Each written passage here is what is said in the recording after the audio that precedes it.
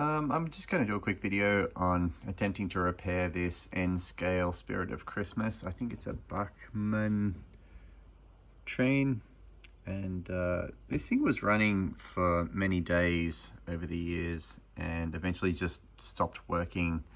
At the moment you put it on the tracks and it just doesn't run, so I'll see if I can tear it apart, see what's going on, and get it running again. So I'll start by removing the carriage here. There's a kind of a little connector in there, so once you set it sideways it comes off, and you can see there are two little wires that run along there as well that need a bit of adjusting. So they pick up extra power from these wheels here and they send it up into the main sort of chassis. There's two sides of the chassis, metal sides, that are disconnected from one another, and they send the power up through these copper contacts up to the motor. These copper contacts have little runners on the side there that slide on the inside of these wheels and pick up power from these wheels as well. Just trying to get that connection to the rails to run up to the engine, which is back in here. So to open up this cart, I don't know what the word for it is, this engine, there's one screw on the top here which takes off the top, but then there are a few on the bottom as well, so I'll show you that once I get it open. So the top just lifts off after taking that screw out, and you can see again there's those two completely separated metal halves that run the power through. So these two halves are held together by these two screws here. No, they're like different sizes as well, which is a bit weird. On the other side they have little plastic nuts that are kind of sunk into the body as well. And before we can take this apart and split it apart, we've also got to take out the gears and wheels down here as well. So this screw takes off the whole front section. These two screws hold in just this plastic bit here, and then we can take out all the wheels and everything together. And you can see in the back here, here's the motor with the permanent magnets above and below, and it has these little contacts above and down underneath there that transfer power to it as well. So we'll get this apart and run some tests on the motor. Actually, I might try and give it power now and just see what happens. Okay, so I'm just holding my alligator clips onto those copper contacts in there, and here's my power supply. Currently just feeding it a bit over 8 volts, and it's not draining any current at all. So that tells me there's some kind of an open circuit going on between these contacts and the motor. So it could be this one that touches on the side here, or it could be the one down beneath, or there could actually be something worse going on with the commutators which are in there. I'll see if I can get a zoom in. What's going on there? I mean, it looks a bit grey and carbony in there, and I'll clean that up, but yeah, it doesn't look wrecked, so I'll figure out what's going on with it. So next step, I'm going to take out the screws on the bottom. So this one, and this one, and that's going to allow me to remove all of the wheels and everything. And then I don't know if I have to take out this one. It looks like it's kind of holding the two halves together. And then I'll go for these two to take the sides off. Yeah, I really wish I had something to hold this camera so I didn't have to do everything with one hand. But anyway, that's those 3 screws have come out, that large one, and then the two teeny small ones. Those 2 small ones hold this section underneath, and that large one was at the front. So now we can see what's going on here. A couple of gears that are locked in between these 2 halves. I'll just take out these 2 and pull it apart. Alright, so this is how it comes apart. So those 2 screws I've just loosened. One of the nuts back here has fallen out off the back, and the other one's probably, yeah, still stuck in the back there, so watch out for them. And the motor now, still got this one underneath sort of holding it in place there, which is interesting. And you've got these 2 kind of plastic spaces that hold the worm gear against the main gear there. I may be able to connect power now to the commutators on the motor and see if I can get it to spin. I had just been trying to connect power in onto that copper one under this bit of plastic here and this commutator up here, but I found it still wasn't drawing any power, so I'm going to get this motor out and see what's going on. Once you take this little screw out of the bottom here, everything can just, that magnet's got it over there, but everything just lifts out nicely. And now I'll put this back in the test jig and see what I can do. Actually, I take that one off the end because that's just going to slip off. There's a lot of wear there too. That felt super loose in there. So this thing's had quite a few hours running on it, I think. Yeah, I'll just see if I can get it to spin. So I'm just holding it in some helping hands now, and it spins pretty easy at times, and then it gets really stuck. Like right now, that feels, it gets stuck. If I push it backwards, it feels really like slimy and gooey, and it doesn't want to spin. Like there's a lot of friction going on at times. Now it's fine here, but if I push it back there, it doesn't want to spin at all. Like it's kind of locked there.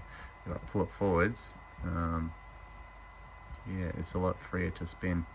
A lot of play going back and forth, and those brushes look like they need a good clean out. So once I'll hit them with some electrical clean and lube, and this stuff I get from J-Car, and if I give it a good spray, like this probably isn't like going to grease it for long-term use afterwards, but it's a good way to clean it out and start seeing what's going on in there.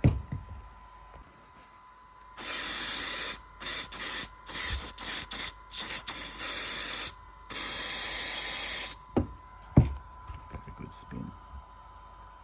Oh, that's super stiff. It seems like that's grabbing on something. It may be the commutators, but it does not want to spin. It'll spin that way. Now it spins both ways, but it keeps sort of grabbing and getting stuck. Like there's some glue in there or something. Like that does not want to spin. And I hope it's going on in the back section here maybe, rather than in the electrical section here. So look at this, if I push it backwards and spin it, it kind of gets stuck there, and I pull it forwards, and you know, it spins freely forwards, but push it back and it kind of twists in there and gets stuck. So yeah, I'll look into that. Now it seems to spin if I connect this right. Oh, go motor, it's trying, come on. It's spinning.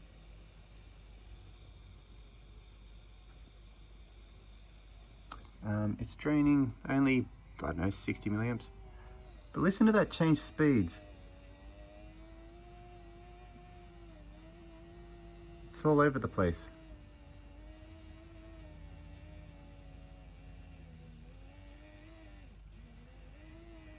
And I wonder if I'm causing it a bit by how hard I'm holding these.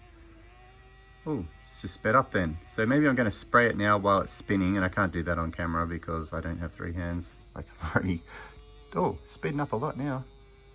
Okay, I decided not to spray it while it's spinning since the spray is probably highly flammable and there's some sparks in there, but yeah, just a bit more spray and now it's running a lot faster. Now seems to be draining 40 to 50 milliamps and much faster. You can hear the speed of it, so that's sounding better already.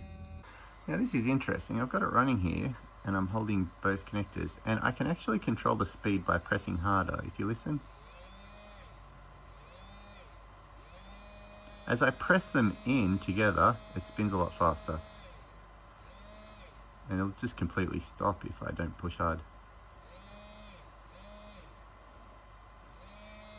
So I'll just make sure when I reassemble it that these brushes are getting enough pressure. They seem to have a sort of a, don't know if you can see it, sort of a spring inside each of them. You can sort of see that. Yeah, there you go. You can see that spring, and up there as well. So yeah, it just must need that little bit of pressure. Maybe these carbon brushes are starting to get towards the end of their life, a little bit short or something, and they need that little bit of extra pressure. Okay, so what I've actually done is got the pliers out and kind of just, if I can make that focus, gee, there we go. I kind of squeezed these together just a bit to get some more pressure onto those springs, and now it seems to work really well. If I can just hold both of these in one hand, just any pressure on here now just runs at full speed now, which is great. That's what I want. I don't have to like push them in just to get the motor to run, because I checked when I put it back into here, nothing is actually pushing pressure on them like it needed. So hopefully it'll be ready to go back together now. So these have been worn a lot, and you can actually see the hole is off center on these as well. And when you look at the chassis that it mounts into, you can see that little divot at the front where the shaft goes is kind of not centered as well. It's kind of a little bit to the lower side. So I'll make sure that when I put it together, this hole is kind of to the lower side as well, so that that shaft is in the right place. Same with this one as well. It's kind of captive on the shaft, but it also isn't even. So just got to twist it around till it's the right way, where the lowest part of it, which is this side I can see, will be down to the bottom of the chassis. I've also just given this little copper bit quite a good spray and just re-bent this little tab out so it's going to push nicely against the side of the motor as well to make a good contact. When you put the motor back in, make sure you got this little mounting hole on the bottom of it in the right place. That's going to line up with the chassis there. Note there's nothing on the top of it, so just that hole down there. Getting this motor back in, it's kind of just held by that screw there in the bottom. It's been really finicky because these things are super worn. They're just really loose and sitting there. So they'll be held in by the other side of the shell once I put it together. But yeah, they barely do anything there.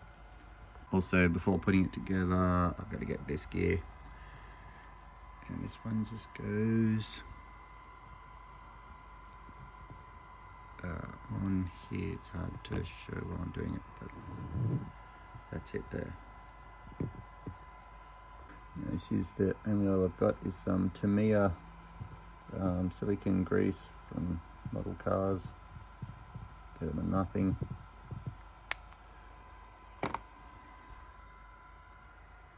And before I put on this other half, I'll also clean off this contact as well, which touches the motor. It's got a lot of black stuff on it, so I'll give that a good spray down.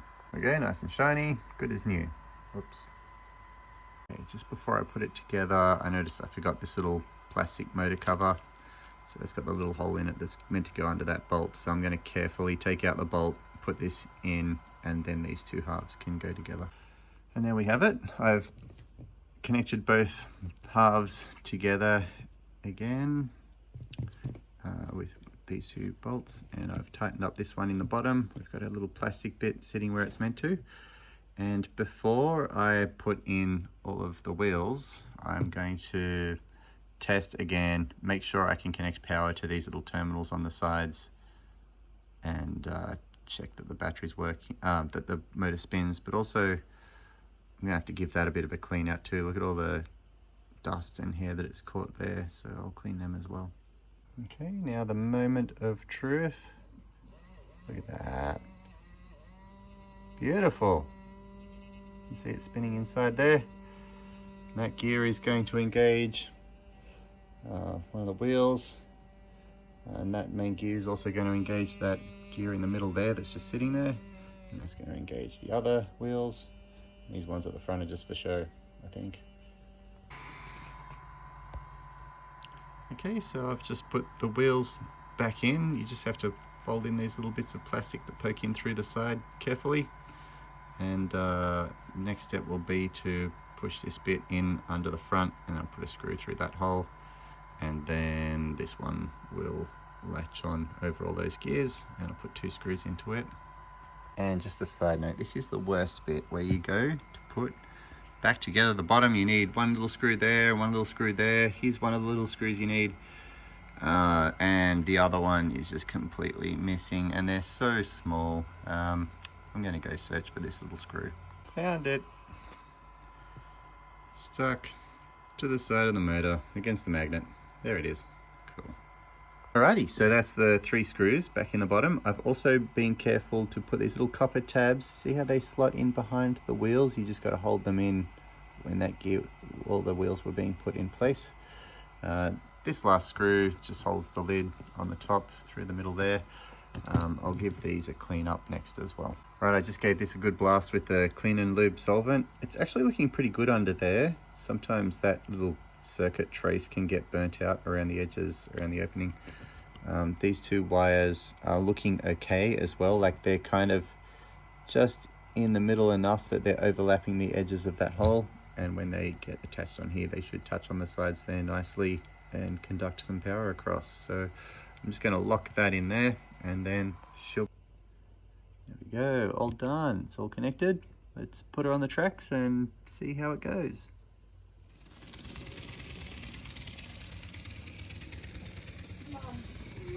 Yeah, it's smaller than that. Is it wrecking gray? Yep. Working great.